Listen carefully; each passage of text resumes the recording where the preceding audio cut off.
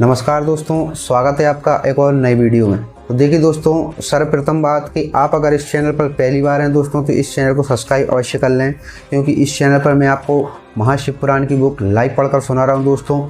इससे आपका एक पहला फ़ायदा ये है दोस्तों कि आपको इधर उधर से कोई भी नॉलेज नहीं लेना पड़ेगी, और जो व्यक्ति नॉलेज दे रहे हैं वह झूठी नॉलेज दे रहे हैं या कुछ भी दे रहे हैं, तो इससे आपको संपूर्ण और सत्य जानकारी प्राप्त होगी दोस्तों। यह मैं आपको लाइव बुक पढ़कर सुना रहा हूँ दोस्तों। इसमें जो बातें बताई गई हैं वह सुनिए दोस्तों, और आप खुद जानिए कि आखिर सच्चाई क्या है, सत्य क्या बताया गया है, और जो आपको बता रहे हैं वह कितना झूठ बता रहे हैं दोस्तों। तो दोस्तों आप ध्यानपूर्वक सुनिए और खुद मन लगाकर सुनिए, और जो भी बात अगर आपको खटके दोस्तों तो उसका खुद आप दिमाग से मतलब निकालिए दोस्तों कि इसका आखिर क्या अर्थ हो सकता है, क्या अर्थ है, क्या इसकी सच्चाई है।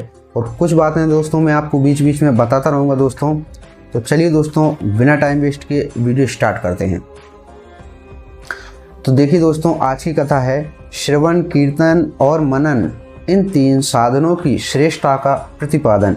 यानी दोस्तों श्रवण का कितना महत्व है, कीर्तन का भी कितना महत्व है, जो कीर्तन करते हैं तो उसका कितना महत्व है, और मनन यानी मन का स्वभाव, मन कैसा होना चाहिए दोस्तों, मन कब शुद्ध होता है, तो इस तरह की बातें।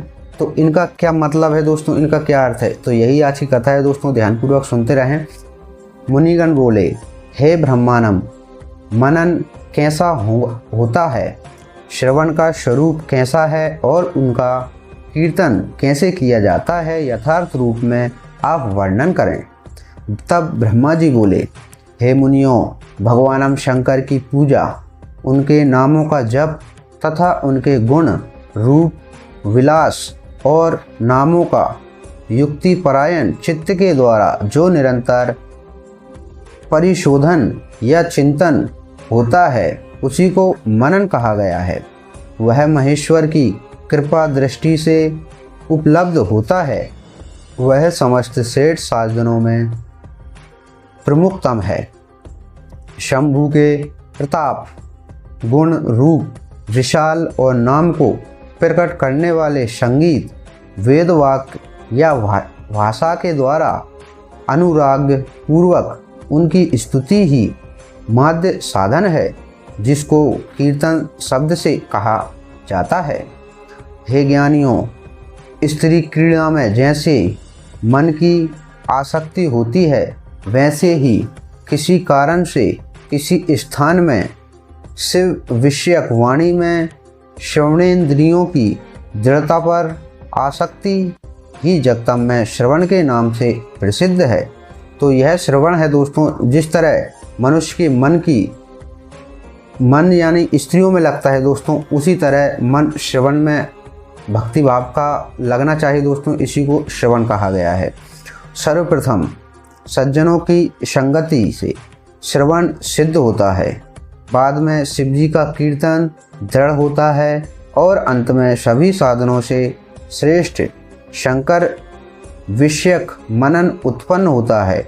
किंतु यह सब उनकी कृपा दृष्टि से ही संभव है। तो यह सब दोस्तों उनकी कृपा दृष्टि से ही संभव है, यानी उनकी जब आप पर कृपा होगी तभी आपका भक्ति भाव में मन लगेगा, तभी आपका मन साफ होगा, शुद्ध होगा। तो यह सब दोस्तों उनकी ही लीला है दोस्तों। जब उनकी इच्छा होगी तभी आपका मन भक्ति और पूजा में लग सकता है दोस्तों। सूत जी बोले, मुनीश्वरों, इस साधन का महात्म्य बताने के प्रसंग में मैं आप लोगों के लिए एक प्राचीन वृतांत का वर्णन करूंगा, उसे ध्यान देकर आप लोग सुनें। तो ध्यानपूर्वक सुनना दोस्तों। पूर्व काल में पराशर मुनि के पुत्र मेरे गुरु व्यास देव जी सरस्वती नदी के सुंदर तट पर तपस्या कर रहे थे। एक दिन सूर्य तुल्य तेजस्वी विमान से यात्रा करते हुए भगवानम सनत कुमार आसक्तम वहां आ पहुँचे। उन्होंने मेरे गुरुदेव को वहां देखा। वे ध्यान में मग्न थे। उससे जागने पर उन्होंने ब्रह्मा के पुत्र सनत कुमार जी को अपने सामने उपस्थित देखा। वे बड़े वेग से उठे और उनके चरणों में प्रणाम करके मुनि ने उन्हें अध्यय प्रदान करते प्रदान करके देवताओं के बैठने योग्य आसन भी अर्पित किया।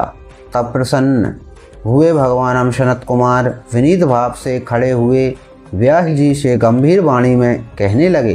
तो दोस्तों सनत कुमार ब्रह्मा जी के पुत्र हैं। दोस्तों सनत कुमार बोले, हे मुने, आप सत्य सनातन भगवान शंकर का हृदय से ध्यान कीजिए, तब वे शिव प्रत्यक्ष होकर आपकी सहायता करेंगे। आप यहाँ तप किस लिए कर रहे हैं?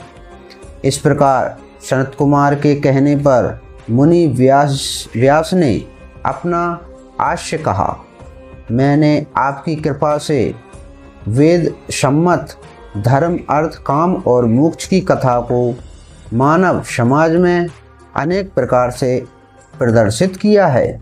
इस प्रकार सर्वथा गुरु स्वरूप होने पर भी मुझ में मुक्ति के साधन ज्ञान का उदय नहीं हुआ है। यह आश्चर्य ही है। मुक्ति का साधन न जानने के कारण उसके लिए मैं तपस्या कर रहा हूँ।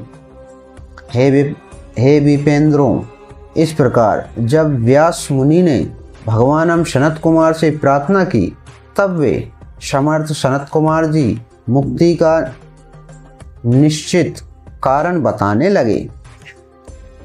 तो मुक्ति का निश्चित कारण क्या है दोस्तों? अब इसको ध्यानपूर्वक सुनिए। भगवान शंकर का श्रवण, कीर्तन और मनन, ये तीनों महतर साधन कहे गए हैं। ये तीनों ही वेद समस्त हैं। सुपूर्व काल में मैं दूसरे साधनों के संभ्रम में पढ़कर घूमता घामता मंदराचल जा पहुंचा और वहां तपस्या करने लगा। तदंतर महेश्वर की शिव की आज्ञा से भगवान नंदिकेश्वर वहां आए। उनकी मुझ पर बड़ी दया थी। वे सबके साक्षी तथा शिवगणों के स्वामी भगवान नंदिकेश्वर मुझे स्नेहपूर्वक मुक्ति का उत्तम साधन बताते हुए बोले, भगवान शंकर का श्रवण, कीर्तन और मनन, ये तीनों साधन वेद सम्मत हैं और मुक्ति के साक्षात्म कारण हैं। यह बात स्वयं भगवान शिव ने मुझसे कही है। अतः हे ब्रह्मांडम, आप श्रवणादि तीनों साधनों का बार बार अनुष्ठान करें। व्यास जी बार बार ऐसा कहकर अनुगामियों सहित ब्रह्मापुत्र सनत कुमार अपने विमान से परम सुंदर ब्रह्मधाम को चले गए।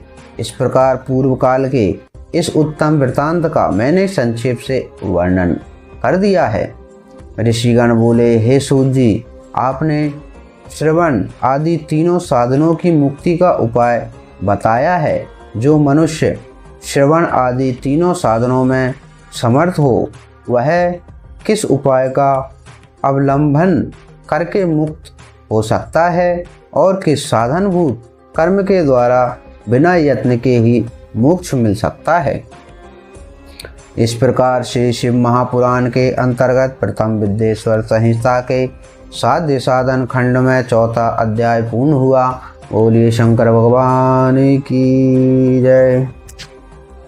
तो इस प्रकार दोस्तों साध्य साधन मनन का विस्तार बताया गया दोस्तों। तो इस प्रकार से मनुष्य को मोक्ष मतलब उनको भक्ति भाव, उनका मन भक्ति में लग सकता है। तो भजन कीर्तन किया करें दोस्तों, और भजन कीर्तन में मन लगाया करें दोस्तों कि इधर उधर की बातें छोड़कर दोस्तों जब आप भजन कीर्तन कर रहे हो तो भगवान में ही मन होना चाहिए।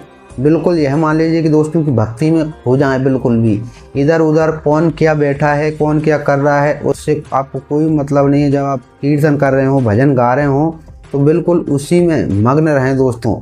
तो वह कीर्तन है, उसको कीर्तन कहा गया है दोस्तों। तो उस कीर्तन के द्वारा मनन यानी दोस्तों मन शुद्ध होना। तो चलिए दोस्तों, अगर आपको यह वीडियो अच्छी लगी हो दोस्तों तो इस चैनल को सब्सक्राइब अवश्य करें दोस्तों, और इस वीडियो को ज़्यादा से ज़्यादा शेयर करें, और इस वीडियो पर एक लाइक अवश्य कर दें दोस्तों। तो चलिए दोस्तों, मिलते हैं अगली वीडियो में। तब तक के लिए जय श्री राम।